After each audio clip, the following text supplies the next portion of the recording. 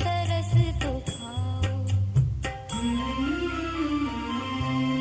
बाबा बुला रहे हैं बच्चों वतन में आओ, अब मुझको ना बुलाओ, तुम मेरे पास आओ।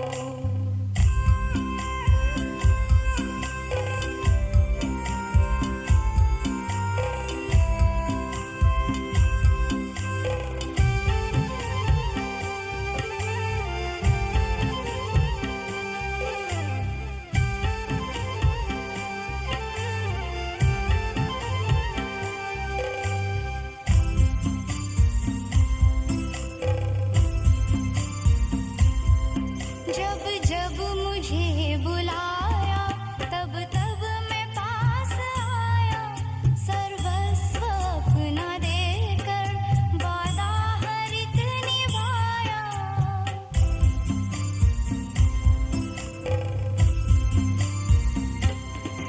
जब जब मुझे बुलाया तब तब मैं पास आया, सर्वस्व अपना देकर वादा हर एक निभाया।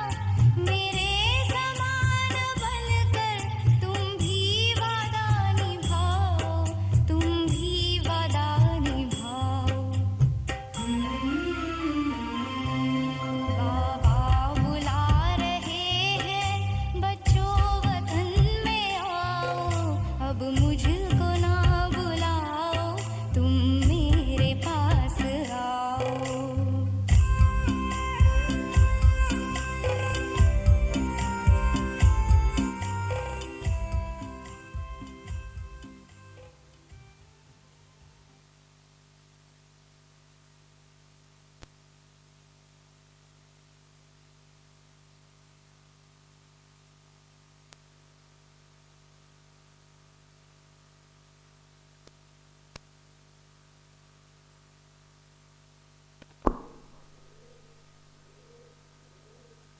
ओम शांति। अभी हम सभी अपनी आत्मा की स्वधर्म में शांत स्वरूप आत्मा हूँ इस स्थिति में स्थित होकर 3 बारी ओम शांति करेंगे।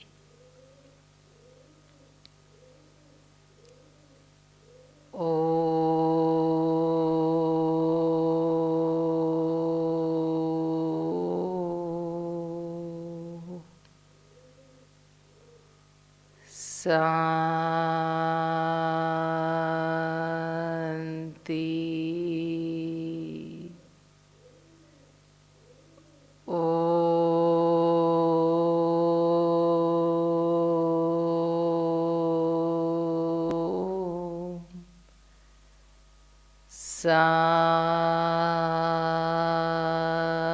शांति।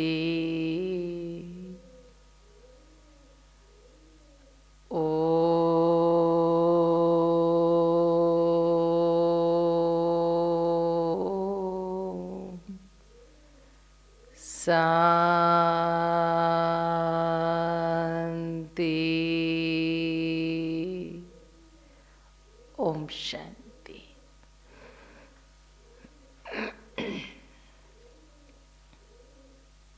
आज 15 तारीख की ईश्वरीय महावाक्य संडे स्पेशल अव्यक्त महावाक्य रिवाइज है 18/1/87 की।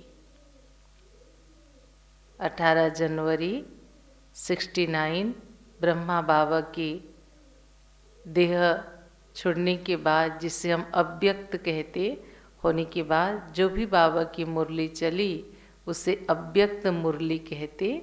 इसलिए आज के दिन की मुरली में मीठे बच्चे नहीं आता। मीठे बच्चे जो 6 दिन हम हफ्ते में सुनते हैं साकार मुरली, उसमें आती है। तो ये अव्यक्त महावाक्य 18/1/87 की रिवाइज है। आज के महावाक्य के सार हैं कर्मातीत स्थिति की निशानी। योगी की सबसे सर्वोत्तम स्थिति कर्मातीत स्थिति है, जिसको कहते कि वो कर्म तो करता है, लेकिन कर्म करते हुए भी उसके प्रभाव सुख हो या दुख, दोनों के प्रभाव से वो मुक्त रहता है। क्योंकि जो सुख की अनुभूति करता उसको दुख की भी अनुभूति होती है, और जो दुख भोगता उसे जीवन में सुख भी वो चाहता है। ये भी एक बंधन है। तो हर कर्म करते हुए कर्म के फल के प्रभाव से न्यारे ईश्वर समर्पित बुद्धि एक परमात्मा के सिवाय दूसरा और कोई ना हो। लेकिन जब हम मुरली सुनेंगे तो इसके बारे में समझेंगे। तो सार है कर्मातीत स्थिति की निशानियाँ। आज अव्यक्त बाप दादा अपने अव्यक्त स्थिति भव के वरदानी बच्चों व अव्यक्त फरिश्तों से मिलने आए हैं। क्योंकि 18 जनवरी ऐसे भी ब्रह्मा बाबा के स्मृति दिवस के दिन है, तो सभी बच्चे मौन में रह के, साइलेंस में रह के, अव्यक्त भाव में रह के अपनी तपस्या में लगे रहते। तो बाबा भी क्या कह रहे हैं, मैं अव्यक्त स्थिति भव के वरदानी बच्चों व अव्यक्त फरिश्तों से मिलने आई हूँ। यह अव्यक्त मिलन इस सारे कल्प में अब एक ही बार संगम पर होता है। सतयुग में देव मिलन होगा, लेकिन फरिश्तों का मिलन, अव्यक्त मिलन इस समय होता है। निराकार बाप भी अव्यक्त ब्रह्मा बाप के द्वारा मिलन मनाते हैं। निराकार को भी यह फरिश्तों की महफिल अति प्रिय लगती है। फरिश्ता माना एंजिल बॉडी। हम सभी के इस शरीर के आकृति के संपूर्ण रूप, जिसे प्रकाशमय काया कहते हैं, तो परमात्मा कहते कि मुझे यह फरिश्तों की महफिल अति प्रिय लगती है। इसलिए अपना धाम छोड़ आकारी व साकारी दुनिया में मिलन मनाने आता हूँ। फरिश्ते बच्चों के स्नेह के आकर्षण से बाप को भी रूप बदल, वेश बदल बच्चों के संसार में आना ही पड़ता है। भगवान क्या कह रहे हैं, फरिश्ते बच्चों के स्नेह के आकर्षण, हम बच्चों के स्नेह के आकर्षण इतना भारी है कि उस स्नेह के आकर्षण में भगवान अपने निराकारी धाम छोड़ के इस साकार दुनिया में, मानवीय तन में, फरिश्ते के तन में आता है हम बच्चों से मिलने। कितना बड़ा भाग्य हमारा है। यह संगम युग बाप और बच्चों का अति प्यारा और न्यारा संसार है। यहाँ एक संबंध है, भगवान हमारा माता पिता, हम उनके बच्चे, आपस में भाई बहन या भाई भाई, छोटा सा, लेकिन ये बाप और बच्चों का अति प्यारा और न्यारा संसार है। स्नेह सबसे बड़ी आकर्षित करने की शक्ति है। जो परम आत्मा बंधन मुक्त को भी, शरीर से मुक्त को भी स्नेह के बंधन में बांध लेती हो। क्या कह रहे हैं भगवान, स्नेह सबसे बड़ी आकर्षित करने की शक्ति है कि हमारे शुद्ध निस्वार्थ भावपूर्ण परमात्मा के प्रति स्नेह, जो कि संसार के सभी बंधनों से मुक्त है, शरीर के बंधनों से भी मुक्त है, लेकिन वो बच्चों के स्नेह के बंधन में बांधकर धरती पर आ जाता है। अशरीरी को भी लोन के शरीरधारी बना देती हो। बाबा क्या कहते हैं, मेरा शरीर नहीं है, जैसे जिसका मकान नहीं है, कहाँ रहेगा, तो भाड़े का मकान ही कहेंगे ना। ऐसे शिव बाबा भी परकाया माना ब्रह्मा के शरीर में प्रवेश करके आते हैं हम बच्चों से मिलने। तो अशरीरी को भी लोन के शरीरधारी बना देते हो। यही है बच्चों के स्नेह का प्रत्यक्ष प्रमाण। आज का दिन अनेक चारों ओर के बच्चों के स्नेह की धाराएं, ब्रह्मा बाबा की कमी की महसूस होती है ना, तो बच्चों के आंखों से स्नेह की अश्रु धाराएं ऑटोमेटिक निकल जाते हो, माहौल ही ऐसा होता है। बच्चों के स्नेह की धाराएं स्नेह के सागर में समाने का दिन है। बच्चे कहते हम बाप दादा से मिलने आए हैं। बच्चे मिलने आए हैं या बच्चों से बाप मिलने आए हैं, क्या कहेंगे? बच्चे बाप से मिलने आए हैं या बाप बच्चों से मिलने आए, या दोनों ही मधुबन में मिलने आए हैं? ये सही है। मधुबन वो संगम स्थल है जहाँ आत्मा अपने पिता परमात्मा से या परमात्मा अपने बच्चों से मिलन मनाते हैं। बच्चे स्नेह के सागर में नहाने आए हैं। चले ट्रैफिक करे 3 मिनट, आगे की मुरली सुनेंगे।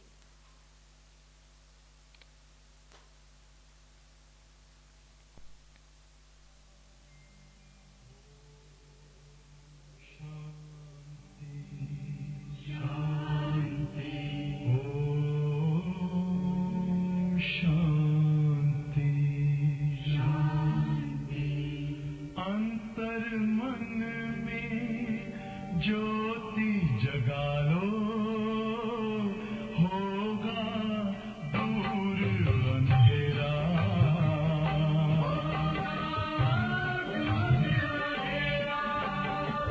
शिव का कर लो ध्यान, आ रहा पावन पुण्य सवेरा।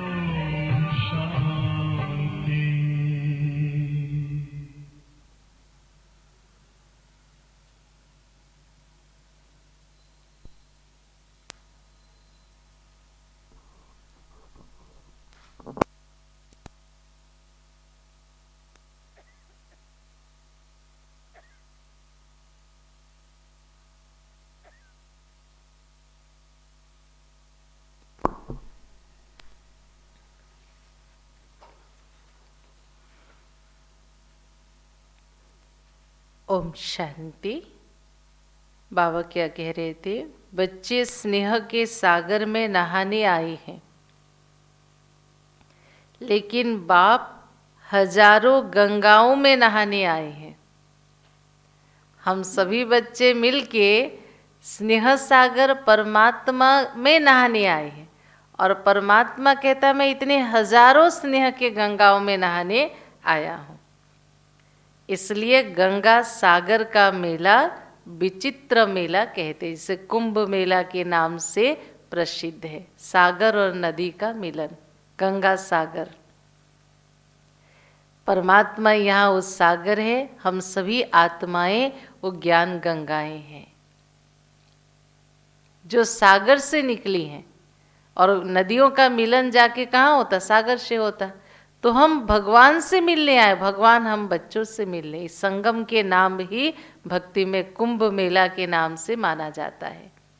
जब आत्मा का मिलन परमात्मा से होता है, उस मिलन से, उस योग से आत्मा की जन्म जन्म के पाप दग्ध हो जाते हैं, और उस आत्मा के संपर्क में जो भी आता उसके भी विकर्म विनाश हो जाते। तभी कहा कुंभ मेला में स्नान करने से पाप धुल जाते हैं। पर कौन सा कुंभ? यह आत्मा और परमात्मा के मिलन की मेला है। स्नेह के सागर में समाये सागर समान बन जाते हैं। आज के दिन को बाप समान बनने का स्मृति अर्थात समर्थी दिवस कहते हैं। क्यों? आज का दिन ब्रह्मा बाप के संपन्न और संपूर्ण बाप समान बनने का यादगार दिवस है। 18 जनवरी ब्रह्मा बाबा ने संपूर्णता को प्राप्त किया, संपन्नता को प्राप्त किया। ब्रह्मा बच्चा सो बाप, क्योंकि ब्रह्मा बच्चा भी है तो बाप भी है। शिव के बच्चा है, हम आत्माओं के बाप है। आज के दिन ब्रह्मा ने बच्चे रूप में सपूत बच्चे बनने का सबूत दिया, स्नेह के स्वरूप का समान बनने का सबूत दिया, अति प्यारे अति न्यारेपन का सबूत दिया, बाप समान कर्मातीत कर्म बंधन से मुक्त न्यारा बनने का सबूत दिया। एक बार और, ब्रह्मा बच्चा सो बाप, क्योंकि ब्रह्मा बच्चा भी है बाप भी है। हमारा बाप है, शिव बाबा के बच्चा है। आज के दिन 18 जनवरी स्पेशल हम बीके के लिए बहुत इम्पोर्टेंट दिन है, क्योंकि उस दिन ब्रह्मा बाबा ने पुराना शरीर छोड़ के संपूर्णता को प्राप्त किए। पूरी सृष्टि नाटक में अभी सिंगल एक आत्मा है जो संपूर्ण बना है, वो है ब्रह्मा बाबा। और 69 से आज के डेट तक वो सूक्ष्म वतन में फरिश्ते के रूप में हम बच्चों को इंतजार कर रहे हैं, क्योंकि वायदा है ना, साथ चलेंगे तो हम तैयार होके जाएंगे, फिर मिलके परम धाम जाएंगे। तो आज के दिन यूं कहे ब्रह्मा बाबा ने अपनी सारी जिम्मेवारी बच्चों को हैंडओवर किया। इसलिए हम श्राद्ध नहीं कहते, यहाँ वार्षिक नहीं कहते, स्मृति दिवस। स्मृति माना जितना याद करोगे उतना ताकत आती है। यहाँ हम रोते नहीं हैं, उतना शक्ति आती है कि हमको भी ऐसे बनना है, उतना प्रेरणा आता है हमारे अंदर।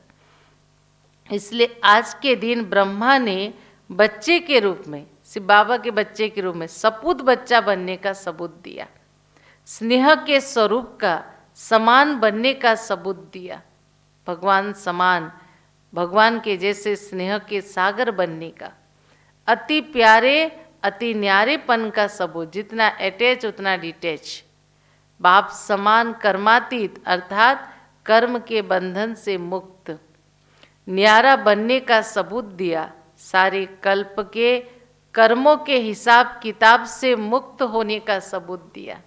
जब संपूर्ण बन गए तो उनके जितने भी पिछले हिसाब किताब थे, विकर्म थे, सब खत्म हो गया ना। सारे कल्प के कर्मों के हिसाब किताब से मुक्त होने का सबूत दिया।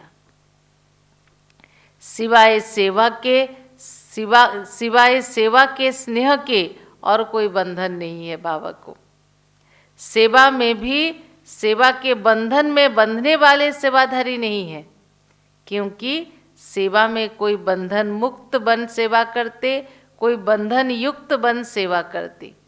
सेवाधारी ब्रह्मा बाप भी है, लेकिन सेवा द्वारा हद की जो रोयाल इच्छाएं होती है, उस दिन बाबा ने वरदान की विस्तार कर, मेरा मान, मेरी विशेषता, मेरा गुण, मेरी निर्णय शक्ति, मेरे विचार, ये जो रोयाल इच्छाएं होती है, सेवा में भी हिसाब किताब के बंधन में बांधती है। माना मुझे थोड़ा मान मिलना चाहिए, प्रशंसा मिलना चाहिए, थोड़ा वाह वाह तो करे, मैंने इतना सेवा किया, ये भी बंधन है। लेकिन सच्चे सेवाधारी इस हिसाब किताब से भी मुक्त होती। इसलिए कहते ना, गुप्त दान महादान। सेवा करके ऊपर वाला को हैंडओवर कर दिया, बाबा ने कराए, खुद निश्चिंत हो गए उसके फल के प्रभाव से। इसको ही कर्मातीत स्थिति कहा जाता। ना मानसान ना अपमान, किसी को स्वीकार नहीं करना है। जैसे देह का बंधन, देह के संबंध का बंधन, ऐसे सेवा में स्वार्थ ये बंधन है जो कर्मातीत बनने में विघ्न डालती है। कर्मातीत बनना अर्थात इस रोयाल हिसाब किताब से भी मुक्त बनो। रोयाल माना स्वार्थ, कुछ पाने की इच्छा रखना, उसके बदले, यह स्वार्थ ना, इससे भी मुक्त बनो। मेजोरिटी निमित्त गीता पाठशालाओं के सेवाधारी आए हैं। वो टर्न था गीता पाठशाला वालों के लिए। गीता पाठशाला माना जहाँ सेंटर है भी नहीं भी। कई गीता पाठशाला ऐसे जहाँ बहनें रहती हैं, पर मधुबन के हिसाब से ऑफिशियली रजिस्टर्ड नहीं है, पर रजिस्टर्ड सेंटर के अंडर में रह के, उसकी रेस्पॉन्सिबिलिटी में रह के वो पाठशाला चलती है। जहाँ कई जगह कुमार भाई बहनें भी निमित्त है, गृहस्थ माता भाई बहनें भी निमित्त है, पर वहाँ आसपास वाले आके मुरली सुनते हैं। तो ऐसे निमित्त गीता पाठशालाओं के सेवाधारी आए हैं। तो सेवा अर्थात औरों को भी मुक्त बनाना, औरों को मुक्त बनाते स्वयं को बंधन में नहीं बांध देना। नष्ट मोहा बनने के बजाय लौकिक बच्चों आदि सबसे मोह त्याग कर स्टूडेंट से मोह तो नहीं करते ना, यह बहुत अच्छा है, बहुत अच्छा है, अच्छा अच्छा समझते मेरेपन की इच्छा के बंधन में नहीं आ जाना।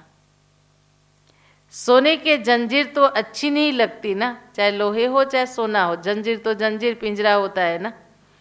तो आज का दिन हद के मेरे मेरे से मुक्त होने का अर्थात कर्मातीत होने का अव्यक्त दिवस मनाओ। इसी को ही स्नेह का सबूत कहेंगे। कर्मातीत बनना यह लक्ष्य सबका अच्छा है। अब चेक करो कहाँ तक हम कर्म के बंधनों से न्यारे बने हैं। खुद को खुद चेक करो। पहली बात, लौकिक व अलौकिक कर्म और संबंध दोनों में स्वार्थ भाव से मुक्त हैं। चाहे लौकिक में हो चाहे अलौकिक में हो, चाहे कर्म हो चाहे संबंध हो, दोनों में स्वार्थ भाव से मुक्त हैं। चेक करो। दूसरी बात, पिछले जन्मों के कर्मों के हिसाब किताब व वर्तमान पुरुषार्थ के कमजोरी के कारण किसी भी व्यर्थ स्वभाव संस्कार के वश होने से मुक्त बने हैं। पिछले जन्मों के पुराने संस्कार या वर्तमान पुरुषार्थ की जो कमजोरी आने के संस्कार के कारण व्यर्थ स्वभाव संस्कार के वश होने से मुक्त हुए हैं। खुद को चेक करो। कभी भी कोई कमजोर संस्कार स्वभाव या पिछले संस्कार स्वभाव वशीभूत बनाता है, माना बंधन युक्त हो, बंधन मुक्त नहीं हो। ऐसे नहीं सोचना कि चाहते नहीं हैं, लेकिन स्वभाव संस्कार करा देते हैं। करा देते माना आप उसके अंडर में हो, उसके जंजीर में हो, उसके बंधन में हो।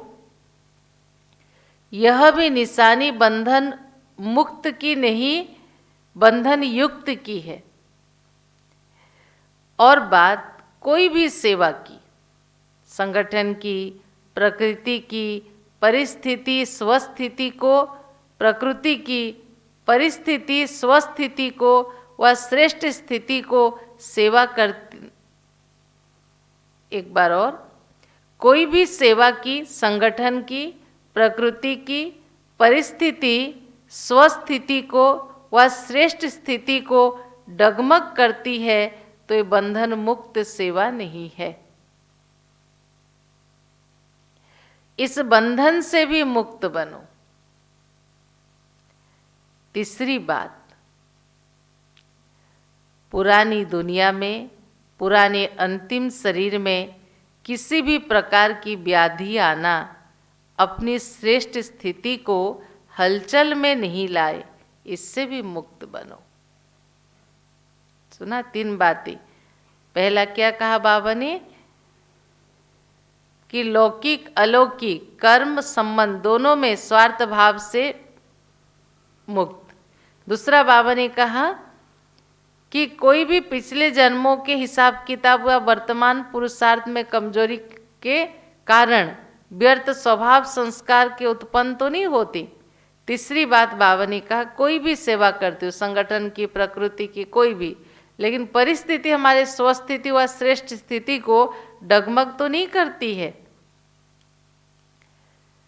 अब तीसरी बात, पुरानी दुनिया में, पुराने अंतिम शरीर में अगर कोई भी बीमारी आती है तो उस बीमारी के समय हमारी स्थिति तो हलचल नहीं होती।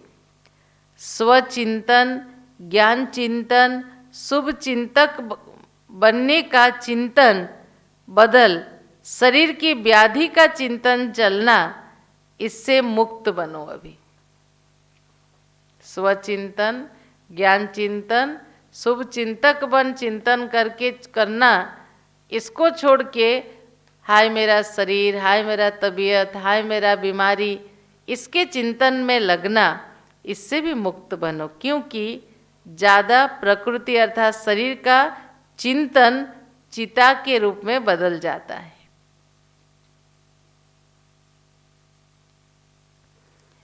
तो इससे मुक्त बनो, इसको ही कर्मातीत स्थिति कहा जाता है।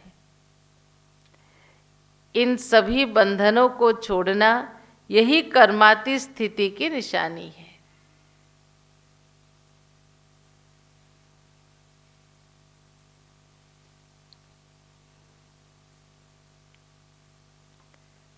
ब्रह्मा बाप ने इन सभी बंधनों से मुक्त हो कर्मातीत स्थिति को प्राप्त किया। तो आज का दिवस ब्रह्मा बाप समान कर्मातीत बनने का दिवस है। तो समझा आज के दिवस के महत्व।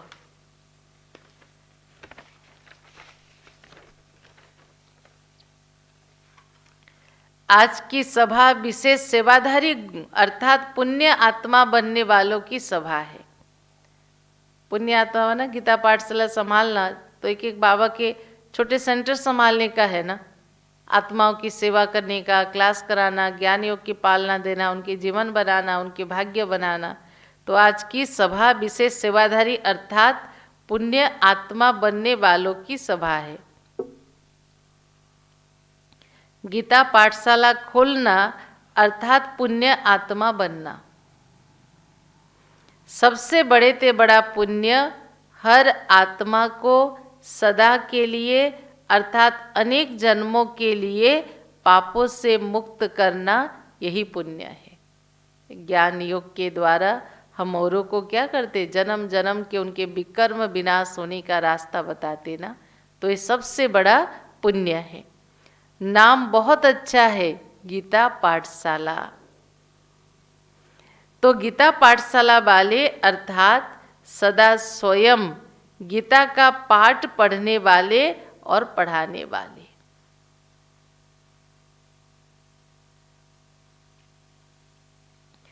सदा स्वयं गीता का पाठ पढ़ने वाले और पढ़ाने वाले।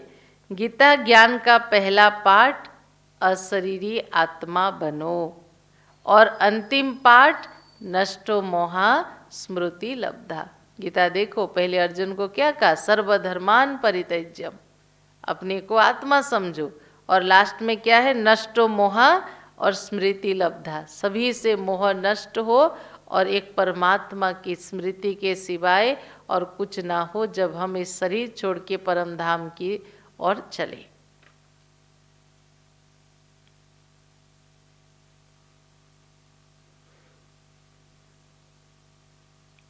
तो पहला पाठ है विधि, अंतिम पाठ है सिद्धि, विधि से सिद्धि। तो विधि क्या है? अशरीरी बनो। अशरीरीपन के अभ्यास से ही हम नष्ट मोहा स्मृति लब्धा बन सकेंगे। तो पहला पाठ है विधि, विधि से दूसरा पाठ है सिद्धि, नष्ट मोहा स्मृति लब्धा। तो गीता पाठशाला वाले हर समय यह पाठ पढ़ते हैं कि सिर्फ मुरली सुनाते हैं। सुना गीता पाठशाला वाले जो भी बैठ के मुरली सुन रहे हैं? क्योंकि सच्ची गीता पाठशाला की विधि यह है, पहले स्वयं पढ़ना अर्थात बनना, फिर औरों के निमित्त बन पढ़ाना। तो सभी गीता पाठशाला वाले इस विधि से सेवा करते हो? पूछ रहे हैं बाबा। क्योंकि आप सभी इस विश्व के आगे परमात्मा पढ़ाई का सैंपल हो। परमात्मा पढ़ाई का सैंपल हो तो सैंपल का महत्व होता है ना। जो भगवान हमें पढ़ाते हैं कहते, उसके हम उदाहरण हैं, जीवंत उदाहरण हैं। तो बाबा कहते इसलिए सैंपल का महत्व होता है ना। सैंपल अनेक आत्माओं को ऐसा बनने की प्रेरणा देता। सैंपल माना उदाहरण, मूर्त, जो स्वयं अनेक आत्माओं को ऐसा बनने का प्रेरणा देता है। तो गीता पाठशाला वालों के ऊपर बड़ी जिम्मेवारी है। अगर जरा भी सैंपल बनने में कमी दिखाई देती है तो अनेक आत्माओं को भाग्य बनाने के बजाय भाग्य बनाने से वंचित करने के निमित्त बन जाते हैं। सुना? इसलिए इतना सहज नहीं है कि अपने घर में गीता पाठशाला क्लासेस खोल देना, क्योंकि उनको खुद के जीवन शैली पर ध्यान देना पड़ेगा। हमारे कर्म, हमारे बोल, हमारे व्यवहार, हमारी स्थिति, हमारे यहाँ आने वाले हर आत्मा तक उसके प्रभाव डालेगा। इसलिए हम भाग्य बनाने के लिए गीता पाठशाला खोले हैं, लेकिन ऐसा वैसा कर्म होगा तो भाग्य बनाने से वंचित हो जाएंगे।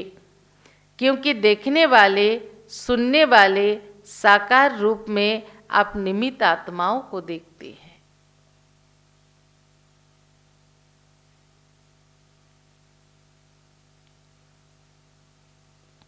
सुना का बाबा ने क्या कहा? देखने वाले, सुनने वाले साकार रूप में आप निमित्त आत्माओं को देखते हैं। बाप तो गुप्त है ना, इसलिए ऐसा श्रेष्ठ कर्म करके दिखाओ जो आपके श्रेष्ठ कर्मों को देखकर अनेक आत्माएं श्रेष्ठ कर्म करके अपने भाग्य की रेखा श्रेष्ठ बना सके। तो इससे क्या समझ में आया? सभी के ऊपर बाबा ने क्या रिस्पॉन्सिबिलिटी दिया? अपना कर्म ऐसा श्रेष्ठ बनाओ कि हमें देखकर औरों को में भी श्रेष्ठ बनने की प्रेरणा हो। इसलिए एक बात हमेशा याद रखना, जितने भी बाबा के बच्चे हैं उनकी पढ़ाई भी अच्छी हो, उनके व्यवहार भी अच्छी हो, उनके घर साफ सुथरा भी अच्छे हो, उनके अंदर बाहर की सफाई भी अच्छी हो, क्योंकि यही हमारा प्रभाव डालता है। घर भी बाबा का, मैं भी बाबा का, मेरा मन में भी बाबा, मेरा बोल में भी वो बाबा की मिठास और स्नेह हो। तो बाबा ने कहा, देखा कितनी जिम्मेवारी है।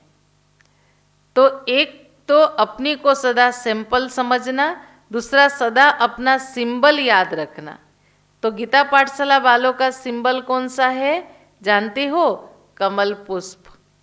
घर गृहस्थ में रहते हुए पवित्र जीवन जीना, कमल पुष्प।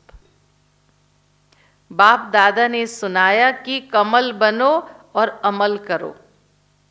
कमल बनने का साधन ही है अमल करना।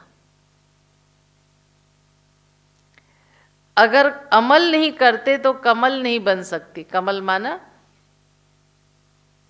लोटस फ्लावर, कमल पुष्प जो तालाब में रहता है, कीचड़ में रहता है, लेकिन उसके प्रभाव से मुक्त। तो हम जितने कमल पुष्प समान पवित्रता को जीवन में अपनाएंगे, उतना हम भगवान के डायरेक्शन को अमल कर सकेंगे।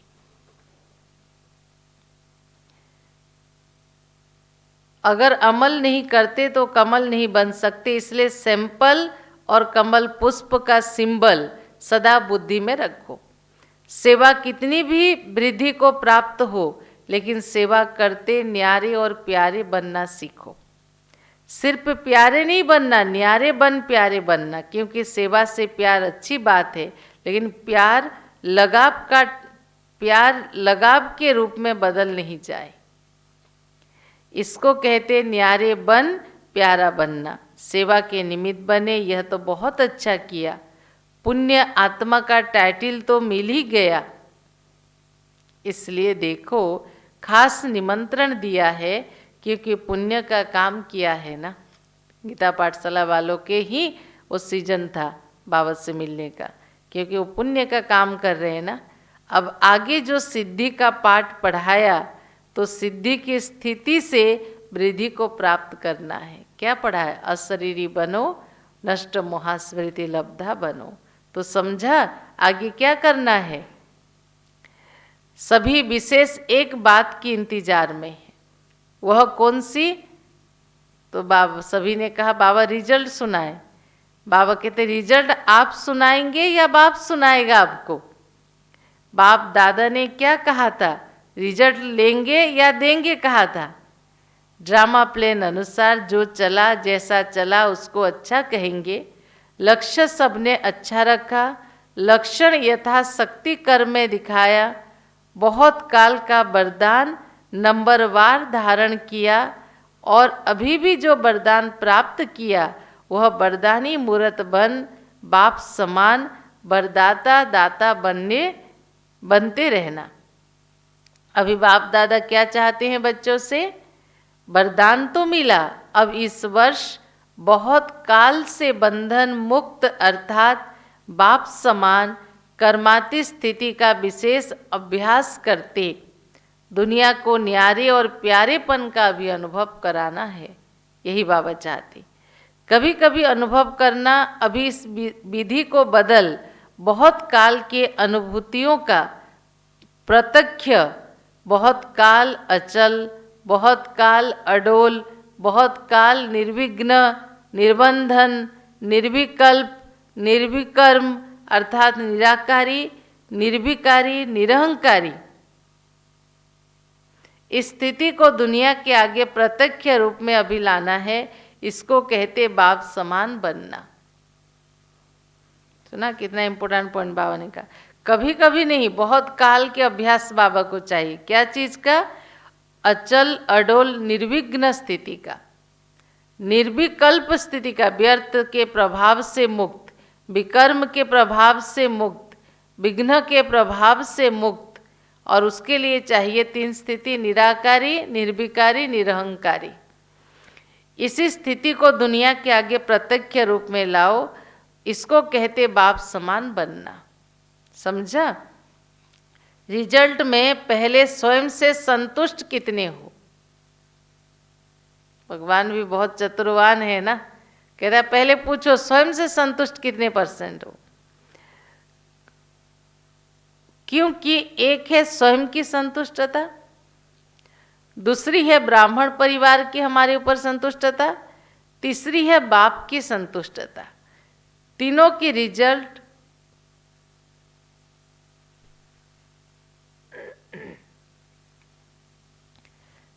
रिजल्ट में अभी और मार्क्स लेनी है। तो संतुष्ट बनो, संतुष्ट करो। स्वयं संतुष्ट, परिवार संतुष्ट, बाबा भी संतुष्ट। ये तीनों में पुरुषार्थ करो। अभी बाप की संतुष्ट मणि बन सदा चमकते रहो। बाप दादा बच्चों का रिगार्ड रखते हैं, इसलिए गुप्त रेकड़ बजाते हैं। होबनहार है, इसलिए बाप सदा संपन्नता की स्टेज देखते हैं, क्योंकि हम ही बनने वाले हैं सतयुगी देवी देवता। सतयुगी राज्य के जिम्मेवार संभालने के लिए होबनहार आने वाली दुनिया की हम ही बनने वाले हैं। तो बाबा ने कहा देखो, इसलिए बाप सदा संपन्न बनने की स्टेज देखते हैं। अच्छा, सभी संतुष्ट मणि हो ना। वृद्धि को देख करके खुश रहो। आप सब तो इंतजार में हो कि आबू रोड तक क्यों लगे। ये तो भगवान की शुरू से ही वाणी है, ऐसा समय आएगा कि नीचे से ऊपर तक क्यों लगेगी। उस समय पांडव भवन बना था, शांतिवन भी नहीं बना था। अब देखो शांतिवन में ही बैठे ना, कितने भीड़ होती है देखो। तो अभी तो सिर्फ हॉल भरा है, फिर क्या करोगे? फिर सोएंगे या अखंड योग करेंगे? ऐसे में यह भी होना है, इसलिए थोड़े में कभी राजी, इसलिए थोड़े में ही राजी रहो। तीन पैर के बजाय एक पैर पृथ्वी मिले तो भी राजी रहो। हमारा तो यही मानना है। अभी तो बहुत कुछ डेवलप हुआ है शांतिवन में, लेकिन 30-30 हजार एक टर्न में होते थे, वो भी खास ईस्टर्न टर्न में तो बहुत भीड़ होती थी। आसाम, बिहार, बंगाल, उड़ीसा, नेपाल। तो पेड़ के नीचे भी हमें रहने के लिए जगह मिले माउंट आबू पवित्र धरनी में, तो सोचो मेरा भाग्य है। कई मूढ़मती बच्चे होते हैं, खटिया नहीं हो तो नहीं सोएंगे, नहीं, किसी की तबीयत खराब है वो अलग बात है, लेकिन वो हमारी आदत ही ना बन जाए साधन। हमें अपने मनपसंद रूम, सेपरेट रूम नहीं मिला तो मधुबन जाके भी हमें अच्छा नहीं लगा। भगवान से मिलने आए हैं, वो खुशी हमारा गुम ना हो जाए खटिया के चक्कर में, खाने पीने के चक्कर में। कई कहते हैं यहाँ का खाना हमें हजम नहीं होता। हम माउंट आबू खाने के लिए गए हैं? कभी नहीं। हमारा मूल लक्ष्य है, हमने साल भर तपस्या किया प्रभु से मिलन मना के नहीं। भक्ति में दिखाते भगवान को पाना इतना सहज नहीं, कितने विघ्न आते। हमारा तो बस खाने पीने की, लेकिन ये भी कोई प्रॉब्लम नहीं वहाँ। तबीयत के हिसाब से बिना मिर्ची का फीका सब चीज़ वहाँ मिलता है। तो इतना पालना, इतना प्यार कहाँ से मिलेगा?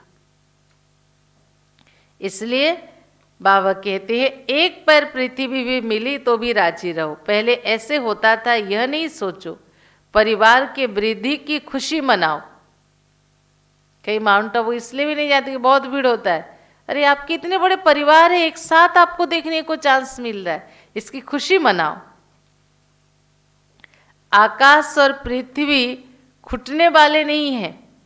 पहाड़ तो बहुत है, यह भी होना चाहिए, यह भी मिलना चाहिए, यह बड़ी बात बना देते हो। यह दादियाँ भी सोच में पड़ जाती, क्या करें कैसे करें। ऐसे संस्कार वाले दादियों को भी टेंशन में डाल देते।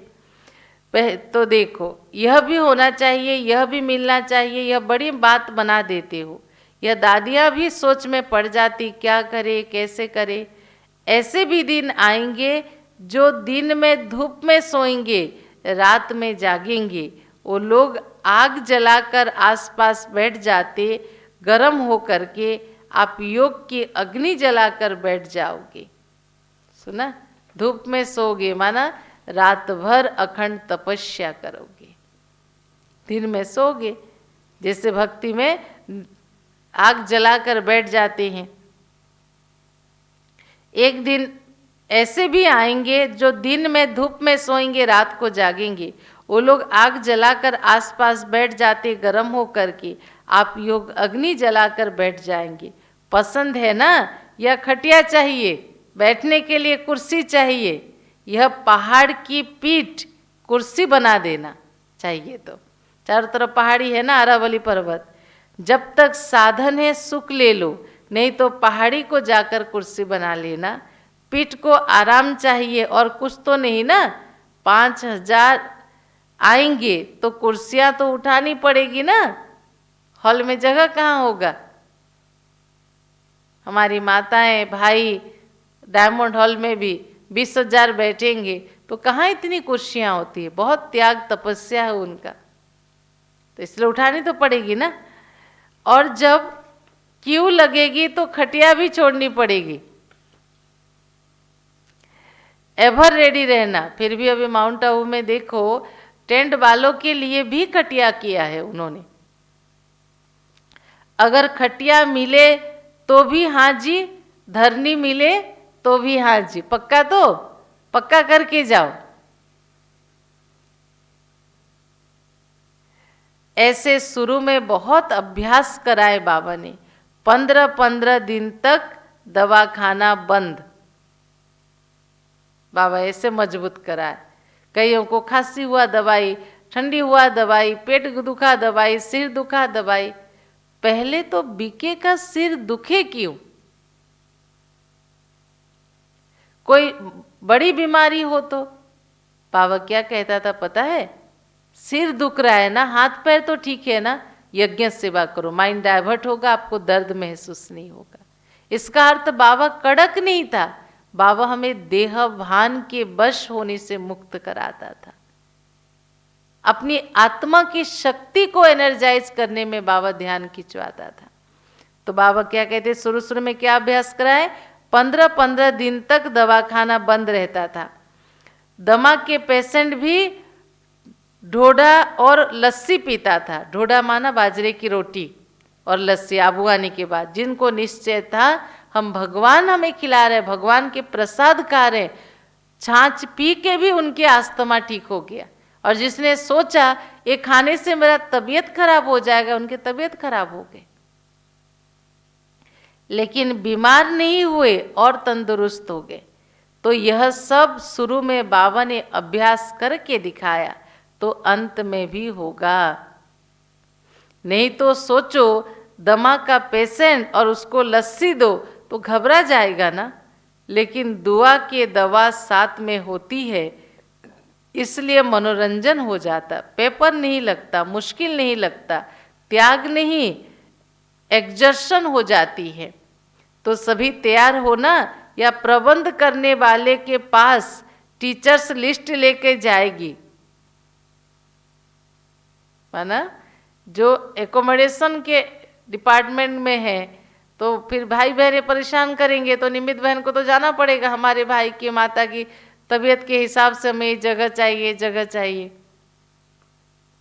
इसलिए नहीं बुलाते हैं ना। समय आने पर यह सब साधन से परे साधना के सिद्धि स्वरूप में अनुभव हो। रूहानी मिलिट्री होना, मिलिट्री का पार्ट तो बजाना है। अभी तो स्नेही परिवार है, घर है, यह अनुभव कर रहे, लेकिन समय पर रूहानी मिलिट्री बन, जो समय आया उसको उसी स्नेह से पार करना, यह है मिलिट्री वालों की विशेषता। वो नहीं कहते कि बाढ़े हम नहीं जाएंगे, युद्ध नहीं जाएंगे, नहीं, हर परिस्थिति में अपने को पास कराते। गुजरात को यह विशेष वरदान है जो एवर रेडी रहते, बहाना नहीं देते, क्या करे कैसे करे, रिजर्वेशन नहीं मिलती, पहुंच जाती, क्योंकि उनको नज़दीक का फायदा है। 3.5 घंटा का रास्ता है, 4 घंटा का। गुजरात को आज्ञाकारी बनने का विशेष पाठ है, क्योंकि सेवा में भी हाजी हाजी करते हैं। साल भर जब भी सेवाधारी की जरूरत हो तो गुजरात से ही जाते हैं, इमरजेंसी जितने भी चाहिए। तो बाबा कहते हैं मेहनत की सेवा सदा गुजरात को देते हैं। रोटी की सेवा कौन करता है? स्थान देने की, भागदौड़ करने की सेवा गुजरात करता है। बाप दादा सब देखता है, ऐसे नहीं बाप दादा को पता नहीं है, भगवान को सब पता है। मेहनत करने वालों को विशेष मेहनत करने वालों को विशेष महबूब की मोहब्बत प्राप्त होती है। महबूब कौन है? साजन हमारा कौन है? शिव बाबा, उसकी स्नेह मिलता। नज़दीक का भाग्य है और भाग्य को आगे बढ़ाने का तरीका अच्छा रखते हैं। भाग्य को बढ़ाने का सबको नहीं आता, कोई तो भाग्य प्राप्त होता लेकिन उसे उतने तक ही रखते हैं, बढ़ाना नहीं आता है। लेकिन गुजरात को भाग्य है और बढ़ाना भी आता है, इसलिए अपना भाग्य बढ़ा रहे हैं, यह देखकर बाप दादा खुश होते हैं। तो बाप की विशेष आशीर्वाद यह भी एक भाग्य की निशानी है। इसे सेवा करना माना स्वयं भगवान के यज्ञ की सेवा करना माना, उससे हमें वरदान प्राप्त करना है। जो भी चारों ओर के स्नेही बच्चे पहुँचे, बाप दादा भी उन सभी देश विदेश दोनों के स्नेही बच्चों को स्नेह का रिटर्न सदा अविनाशी स्नेही भव का वरदान दे रहे हैं। स्नेह में जैसे दूर दूर से दौड़कर पहुंचे हैं, ऐसे जैसे स्थूल में दौड़ लगाए सभी पहुंचे, सन्मुख पहुंचे, ऐसे पुरुषार्थ में भी विशेष उड़ती कला द्वारा बाप समान बनना, अर्थात सदा बाप के समीप रहना। भगवान समान बनना माना सदा किसके समीप रहना? भगवान के। जैसे यहाँ सामने पहुँचते हो वैसे सदा उड़ती कला द्वारा बाप के समीप रहना। समझा क्या करना है? यह स्नेह, दिल का स्नेह, दिलाराम बाप के पास आपके पहुंचने के पहले ही पहुंच जाता है। चाहे सन्मुख हो, चाहे आज के दिन देश विदेश में शरीर से दूर हैं, लेकिन दूर होते हुए भी सभी बच्चे समीप से समीप बाप दादा की दिल तक नशीन है। कोई कहाँ भी है, माउंट आबू नहीं है, कोई देश में, कोई विदेश में, लेकिन बाबा कहते हैं सब मेरे दिल में है। देखो,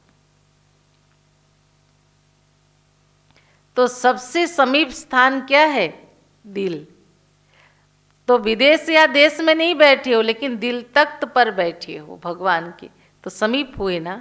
सभी बच्चों की यादगार उन्होंने मीठी मीठी रूहानी सौगातें सब बाप के पास पहुँचे। जो भी अमृत वेले 18 जनवरी स्पेशल होता है ना, रात को 2 बजे से उठ के बच्चे अपनी मन की भाव बाबा से बात करते, क्योंकि शिव बाबा के साथ साथ उस दिन ब्रह्मा बाबा भी हम बच्चों की मनोकामना को पूर्ण करने में डबल पावर देते हैं।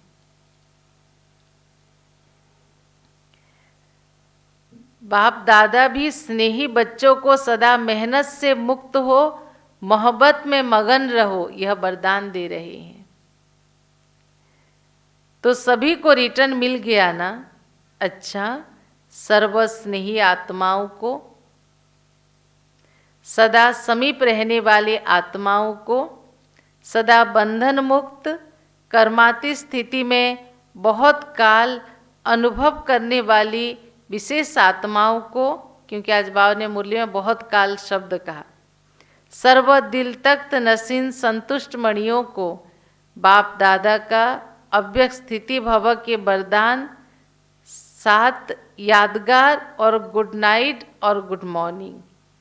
हम रूहानी बच्चों की रूहानी बाप दादा को पदम गुणा नमस्ते नमस्ते, ओम शांति ओम शांति। आज की वरदान नोट करें। पुराने खाते समाप्त कर नए संस्कार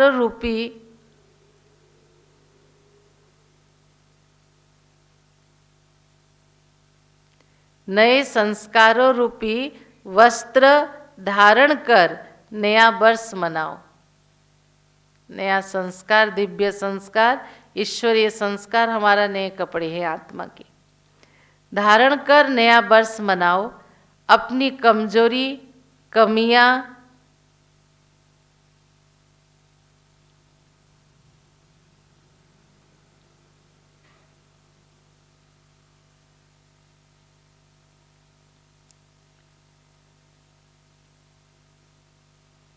बाबा ने क्या कहा एक बार और?